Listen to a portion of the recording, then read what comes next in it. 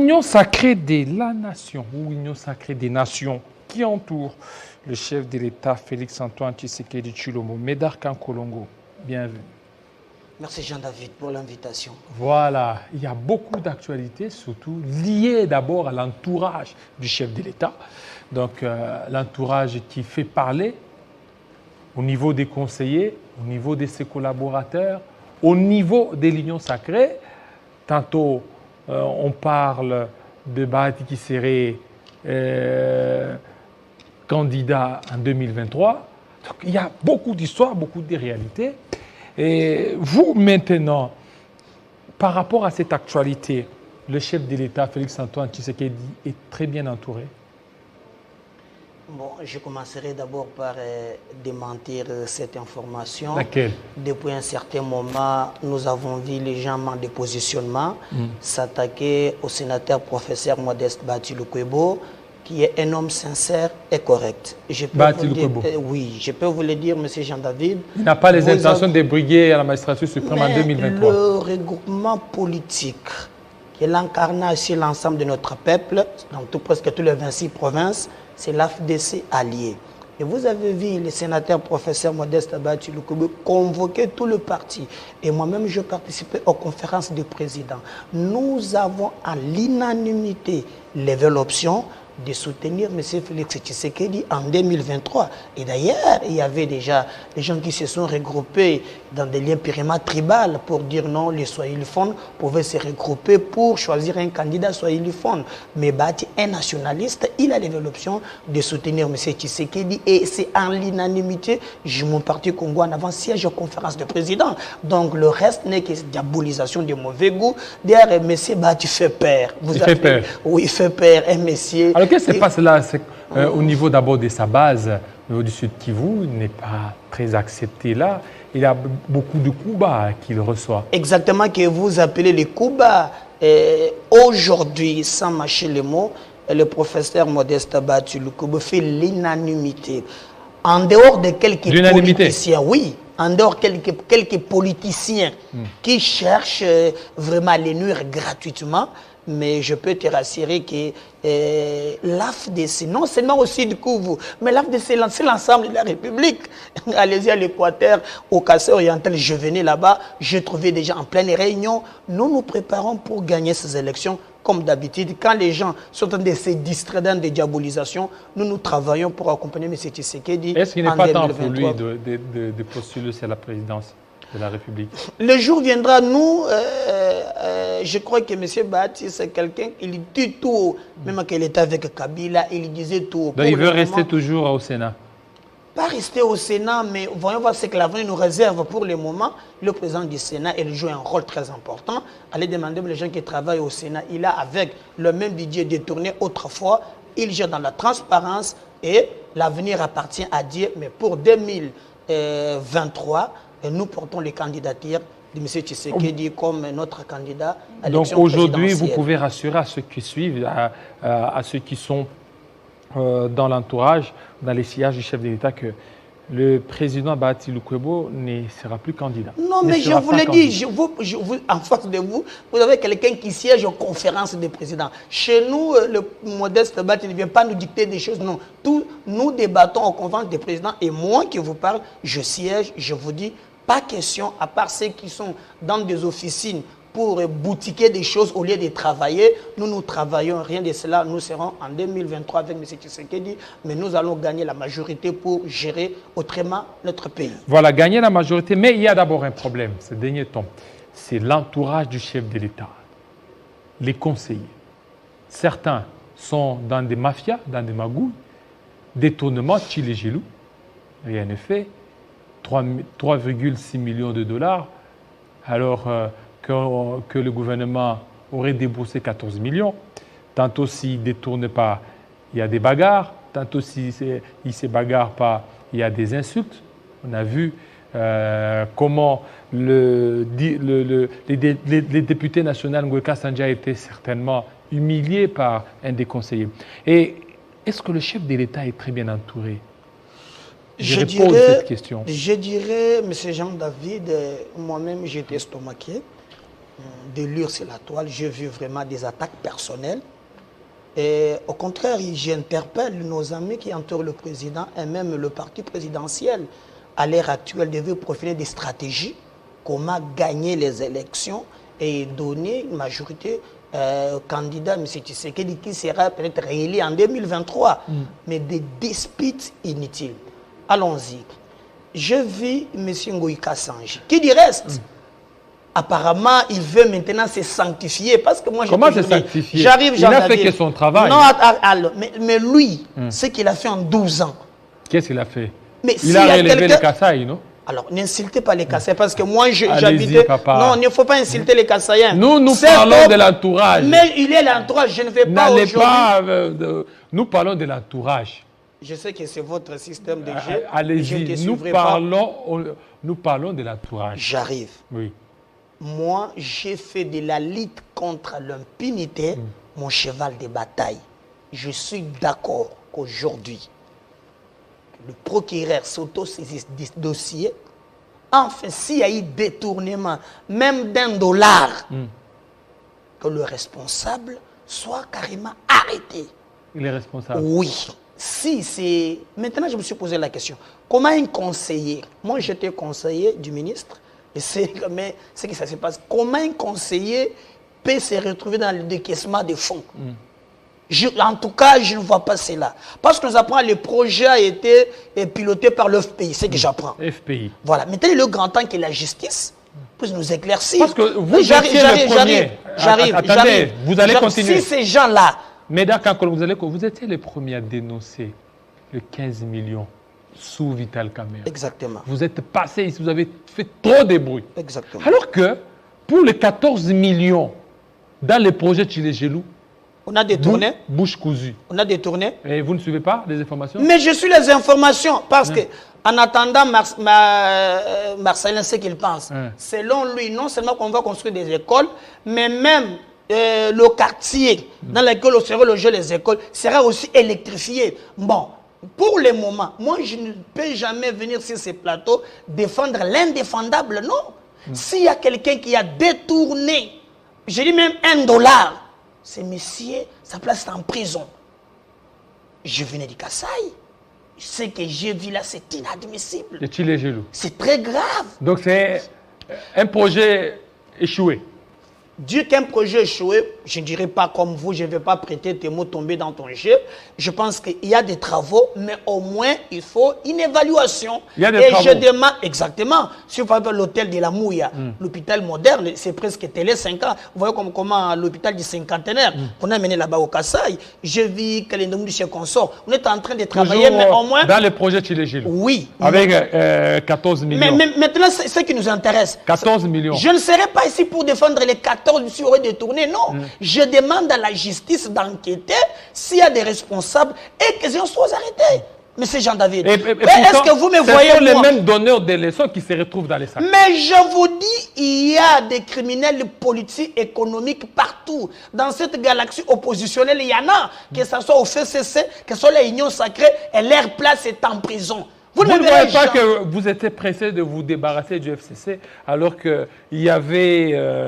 des personnes imbibées dans votre camp. Plusieurs. La plupart, le FCC, c'est autre chose. Parlons même le PPRD, parce que le FCC, il fallait même juste le PPRD, c'est l'émanation du PPRD. Mais celui qui a dénoncé. Et allons-y. Lui-même qui a géré pendant 12 ans. Si vous arrivez au Kasaï, vous allez pleurer. Mais lui, là, on ne va pas l'auditer. L'auditer sur base de quoi? Qu'est-ce qu'il a fait? Sa gestion. Il y a ce qu'on appelle de la redevabilité. Moi, j'ai vécu au Kasaï quand j'étais gouverneur. J'en connais quelque chose. Il ne peut pas venir au nom de l'union sacrée pour se blanchir. Mais cette alerte-là je suis d'accord. Bien saluée. Mais pourquoi vous voulez voir la personne d'Ngoué Kassagne? Je dis ceci. Le monsieur ne peut pas être malin, utiliser le jeu purement politique pour se blanchir. Je suis OK. Je demande à la justice d'enquêter sur ces allégations. Mais lui-même, il a géré pendant 12 ans. Il a à boire, à manger. Il est grand temps que ces messieurs répondent devant la justice. Il a construit les stades, non? Les stades. Bonzola.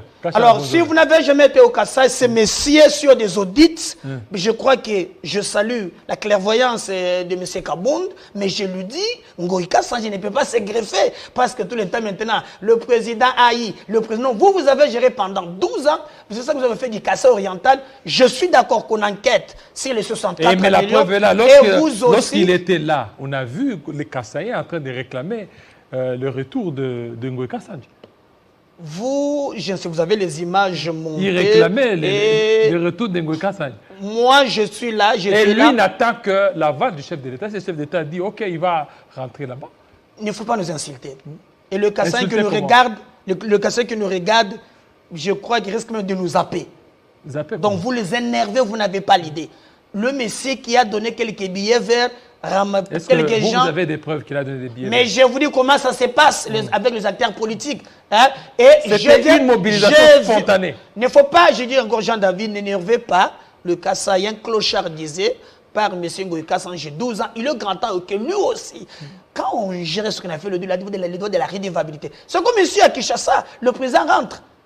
Vous avez suivi par exemple ce qui se passe à Kinshasa. J'ai suivi le président de l'Assemblée provinciale. J'étais même ahuri, abasourdi, même estomaqué, c'est ce qu'il disait. Qu'est-ce qu'il a fait?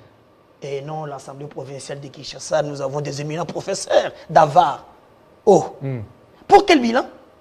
En fait, ici, on va revenir. Non, attention. On ferme d'abord la parenthèse. Voilà, non, on ferme la parenthèse. Non, je ne ferme pas. Laissez-moi les jusqu'au bout des malogis. Nous sommes en train de parler, nous parlons de l'entourage. Là où je suis. Je suis là. Oui. Quel bilan? Vous êtes ici à Kinshasa. L'Assemblée vidée même des élus. Le seul assemblée où on a pris 20 députés nommés par Gentini.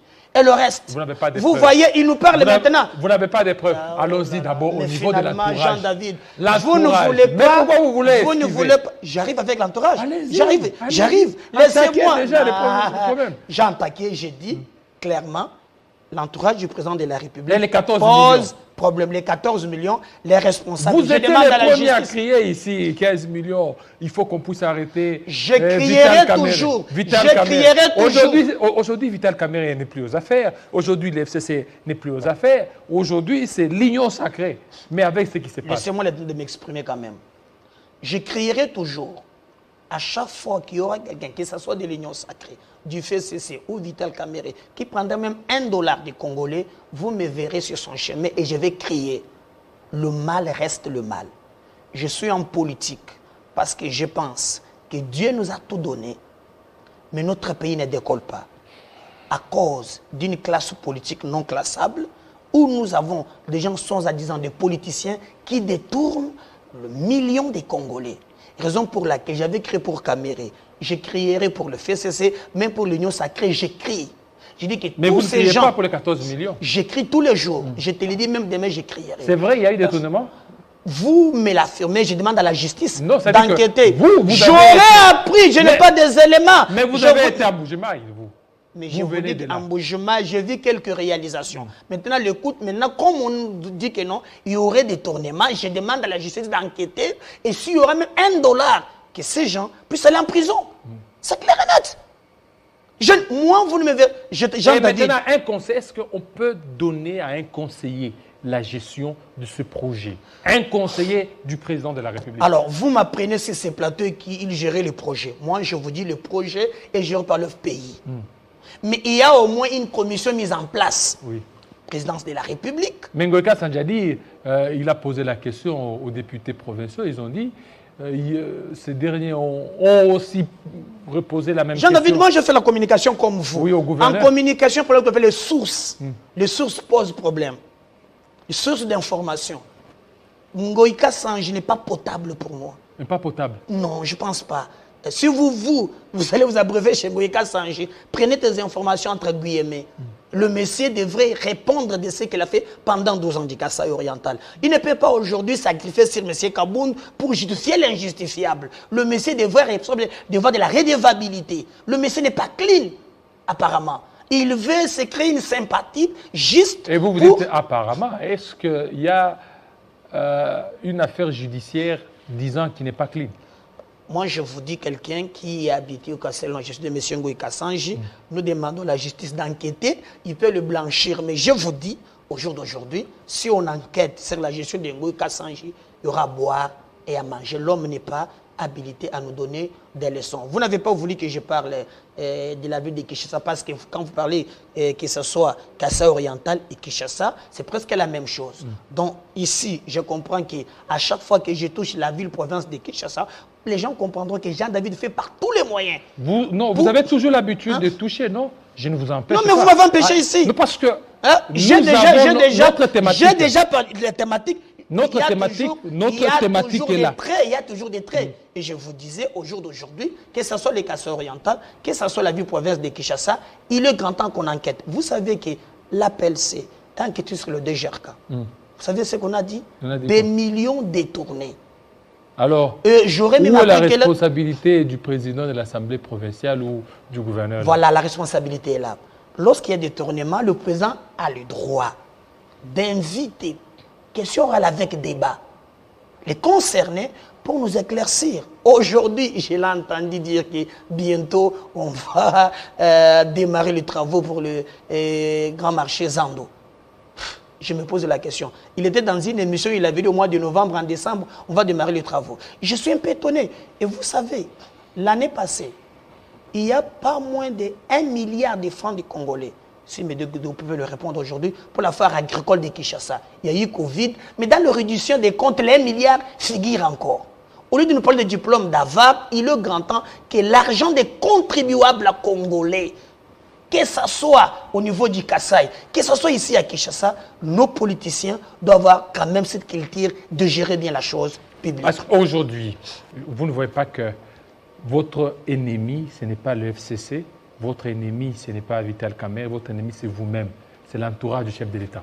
Mais Vital Kamerhe était l'entourage du chef de l'État. Hein? Mais non, il n'est plus, il n'est plus proche. Dans ce pays, j'ai appris, Jean-David, dans certains moments, que parfois nos émissions ont un caractère pédagogique. Je nous suis à la maison, ils comprendront que selon vous, donc quelqu'un qui détourne les deniers publics. Qui détourne?